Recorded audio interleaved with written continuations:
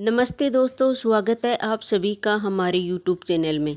किसी नगर में एक बूढ़ी अम्मा और उसका एक बेटा दोनों एक साथ रहते थे। बूढ़ी अम्मा हनुमान जी की परम भक्त थी। वह प्रतिदिन हनुमान जी की पूजा किया करती थी और हर मंगलवार को हनुमान जी का व्रत रखती। मीठा रोट बनाकर हनुमान जी को भोग लगाती। बूढ़ी अम्मा ना तो मंगलवार को मिट्टी खोदती और ना घर में चौका लगाती। बूढ़ी अम्मा के बेटे का जन्म मंगलवार को हुआ था, इसलिए उसका नाम मंगलिया रखा गया। एक दिन हनुमान जी बूढ़ी अम्मा की परीक्षा लेने के लिए मंगलवार के दिन साधु का वेश धारण करके हनुमान जी बूढ़ी अम्मा के घर आए और बोले, कोई है हनुमान भक्त जो मेरी इच्छा पूरी करे। साधु की आवाज़ सुनकर बूढ़ी अम्मा बाहर आई और बोली, क्या चाहिए महाराज। वो बोले, मैं भूखा हूँ, भोजन बनाऊँगा, तुम मुझे अपना आंगन और चूल्हा लीप के दो। फिर बूढ़ी अम्मा हाथ जोड़कर बोली, मिट्टी खोदने और आंगन लीपने के अलावा जो भी आज्ञा दोगे वो मैं अवश्य पूरी करूँगी। फिर साधु बोले, मुझे पहले वचन दो, तुम जो मैं कहूँगा वो करोगी। बूढ़ी अम्मा ने वचन दे दिया। साधु बोला, अपने बेटे को बुलाओ। बूढ़ी अम्मा ने अपने बेटे को बुला लिया।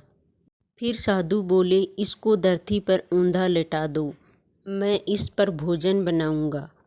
यह सुनते ही बूढ़ी अम्मा के पैरों तले जमीन खिसक गई, लेकिन वह साधु को वचन दे चुकी थी, इसलिए वह मंगलिया को साधु के हवाले कर दी।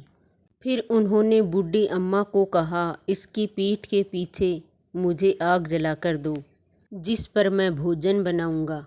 बूढ़ी अम्मा बहुत दुखी हो गई और वह आग जलाकर रोती हुई अंदर चली गई। जब भोजन तैयार हो गया तब साधु ने बूढ़ी अम्मा को कहा, भोजन तैयार हो गया है, अपने बेटे को बुला लो ताकि वो भी भोजन कर ले। बूढ़ी अम्मा बोली, महाराज मेरे दुखी मन को और दुखी क्यों कर रहे हो। मैंने स्वयं अपने बेटे को अपने हाथों से स्वयं अग्नि के हवाले किया है, लेकिन साधु महाराज नहीं माने। फिर बूढ़ी अम्मा ने अपने बेटे को पुकारा।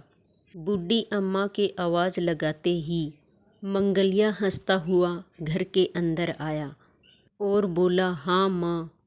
बूढ़ी अम्मा अपने बेटे को देखकर कोई खुशी का ठिकाना नहीं रहा, परंतु वह हैरान थी, ऐसे कैसा हो सकता है। फिर बूढ़ी अम्मा साधु महाराज के पैरों में गिर पड़ी। फिर हनुमान जी ने उसे अपने दर्शन दिए और उसे सर्व सुख का आशीर्वाद दिया और अंतर ध्यान हो गए।